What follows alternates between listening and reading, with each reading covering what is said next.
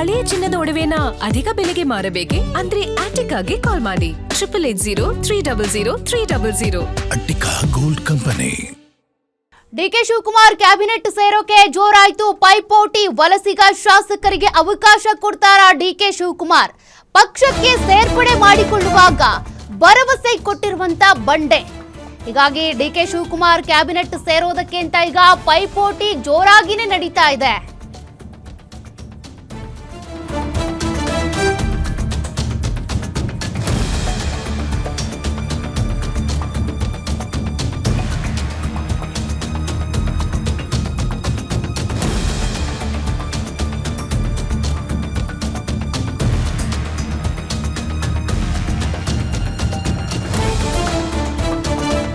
ನೋಡಿ, ಇಲ್ಲಿಗ ಮೂಲ ವಲಸಿಗ ಅನ್ನುವಂತ ಒಂದು ವಾರ್ ಪ್ರತಿ ಬಾರಿಯೂ ಕೂಡ ಇದ್ದೇ ಇರುತ್ತೆ. ಈಗಲೂ ಕೂಡ ಆ ವಾರ್ ಆಗುತ್ತಾ ಅಂತ ಪಕ್ಷಕ್ಕೆ ಸೇರ್ಪಡೆ ಮಾಡಿಕೊಳ್ಳುವಾಗ ಭರವಸೆ ಕೊಟ್ಟಿದ್ದಾರೆ ಬಂಡೆ.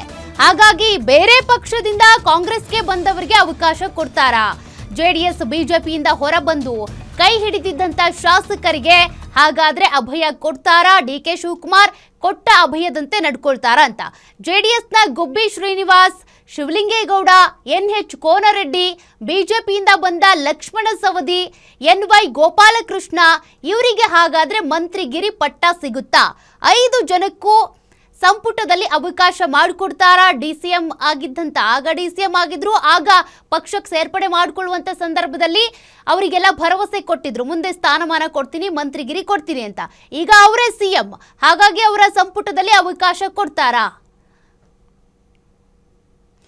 ಮತ್ತಷ್ಟು ಡೀಟೇಲ್ಸ್ ಕೊಡ್ತಾರೆ ಪ್ರತಿನಿಧಿ ದುರ್ಗೇಶ್. ಬೇರೆ ಪಕ್ಷದಿಂದ ಕಾಂಗ್ರೆಸ್ಗೆ ಸೇರ್ಪಡೆಗೊಳ್ಳುವಂತ ಸಂದರ್ಭದಲ್ಲಿ ಕೆಲ ನಾಯಕರಿಗೆ ಭರವಸೆ ಕೊಟ್ಟಿದ್ರು ಡಿಕೆ ಶಿವಕುಮಾರ್, ಮಂತ್ರಿಗಿರಿ ಪಟ್ಟ ಕೊಡ್ತೀವಿ ಅಂತ. ಹಾಗಾಗಿ ಇಲ್ಲಿ ಮೂಲ ವಲಸಿಗ ಅನ್ನುವಂತ ಫೈಟ್ ಎಷ್ಟರ ಮಟ್ಟಿಗೆ ಜೋರಾಗಬಹುದು? ಎಲ್ರಿಗೂ ಭರವಸೆ ಈಡೇರಿಸೋಕಾಗುತ್ತಾ? ಸೌಖ್ಯ, ಡಿಕೆ ಶಿವಕುಮಾರ್ ಅವರ ಪ್ರಮಾಣ ವಚನಕ್ಕೆ ಈಗಾಗಲೇ ಒಂದ್ ಕಡೆ ಸಿದ್ಧತೆ ಆಗ್ತಾ ಇರುವಂತದ್ದು. ಇದ್ರ ನಡುವೆ ಸಚಿವರು ಯಾರೆಲ್ಲ ಕ್ಯಾಬಿನೆಟ್ಗೆ ಸೇರ್ಬೇಕನ್ನೋಂತ ಕೂಡ ಚರ್ಚೆ ಆಗ್ತಾ ಇದೆ. ಹೀಗಾಗಿ ಮೂಲ ಮತ್ತು ವಲಸಿಗ, ನೀವು ಹೇಳಿದಂತೆ ಡಿಕೆ ಶಿವಕುಮಾರ್ ಅವರ ಒಂದು ಸಚಿವ ಸಂಪುಟದಲ್ಲಿ ಯಾರೆಲ್ಲ ಸಚಿವರಾಗಬೇಕು ಅನ್ನುವಂತ ಸರ್ಕಸ್ ಮುಂದುವರೆತಾ ಇರುವಂತದ್ದು. ಅವರೊಂದು ಪಟ್ಟಿ ಮತ್ತು ಸಿದ್ದರಾಮಯ್ಯ ಅವರ ಒಂದು ಪಟ್ಟಿ, ಈಗ 2-3 ಪಟ್ಟಿಗಳ ಓಡಾಟ ನಡೀತಿದೆ. ಇದರಲ್ಲಿ ಡಿಕೆ ಶಿವಕುಮಾರ್ ಯಾರಿಗೆಲ್ಲ ಅವಕಾಶವನ್ನ ಮಾಡಿಕೊಡ್ತಾರೆ ಅನ್ನೋದು ಬಹಳ ಕುತೂಹಲ ಮೂಡಿಸ್ತಾ ಇರುವಂತದ್ದು. ಪ್ರಮುಖವಾಗಿ 2023ರಲ್ಲಿ ಚುನಾವಣೆ ಸಂದರ್ಭದಲ್ಲಿ ಒಂದಿಷ್ಟು ನಾಯಕರನ್ನ ಬೇರೆ ಪಕ್ಷಗಳಿಂದ ಕಾಂಗ್ರೆಸ್ ಪಕ್ಷಕ್ಕೆ ಕರೆದುಕೊಂಡಿದ್ರು. ಅವರಿಗೆ ಒಂದಿಷ್ಟು ಭರವಸೆಗಳನ್ನ ಕೂಡ ನೀಡಿದ್ರು. ಸರ್ಕಾರ ರಚನೆ ಆದ್ರೆ ನಿಮಗೆ ಅವಕಾಶ ಮಾಡಿಕೊಡ್ತೀವಿ ಅನ್ನುವಂತ ಮಾತನ್ನ ಹೇಳಿದ್ರಿಂದ ಈಗ ಡಿಕೆ ಶಿವಕುಮಾರ್ ಅವರು CM ಆಗಿದ್ದಾರೆ. ಇನ್ನೇನು ಕೆಲವೇ ದಿನಗಳು ಅಂದ್ರೆ ಜೂನ್ 3ರಂದು ಪ್ರಮಾಣ ವಚನ ಕಾರ್ಯಕ್ರಮ ನಡೆಯೋದು. ಅದ್ರ ಜೊತೆಗೆ ಡಿಕೆ ಶಿವಕುಮಾರ್ ಅವರ ಜೊತೆಗೆ ಒಂದಿಷ್ಟು ಜನ ಸಚಿವರಾಗಿ ಪ್ರಮಾಣ ವಚನ ಕೂಡ ಸ್ವೀಕರಿಸೋದಕ್ಕೆ ಮುಂದಾಗ್ತಿದ್ದಾರೆ. ಈ ಸಂದರ್ಭದಲ್ಲಿ ಬಿಜೆಪಿ ಮತ್ತು JDS ನಿಂದ ಬಂದಂತ ಶಾಸಕರಿಗೆ ಅವಕಾಶವನ್ನ ಮಾಡಿಕೊಡ್ತಾರ ಅನ್ನುವಂಥದ್ದು ಬಹಳ ಮುಖ್ಯವಾಗಿ ಚರ್ಚೆ ಆಗ್ತಾ ಇದೆ.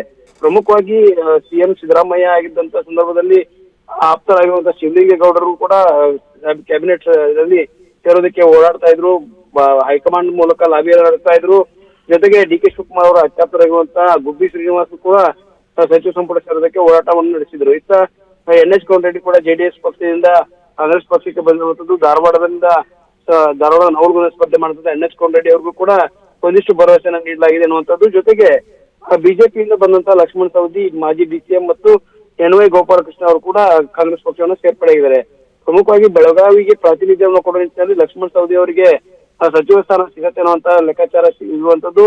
ಒಂದಿಷ್ಟು ಭರವಸೆಯನ್ನು ನೀಡಿದ್ರಿಂದ ಅವರಿಗೆ ಅವಕಾಶವನ್ನ ಮಾಡಿಕೊಡ್ಲಾಗುತ್ತೆ ಅನ್ನಲಾಗ್ತಾ ಇದೆ. ಇತ್ತ ಶಿವಲಿಂಗೇಗೌಡ, ಗುಬ್ಬಿ ಶ್ರೀನಿವಾಸ್ ಮತ್ತು NH ಕೋನರೆಡ್ಡಿ 4 ಜನರ ಹೆಸರು ಕೂಡ ಪ್ರಬಲವಾಗಿ ಕೇಳಿ ಬರ್ತಾ ಇದೆ.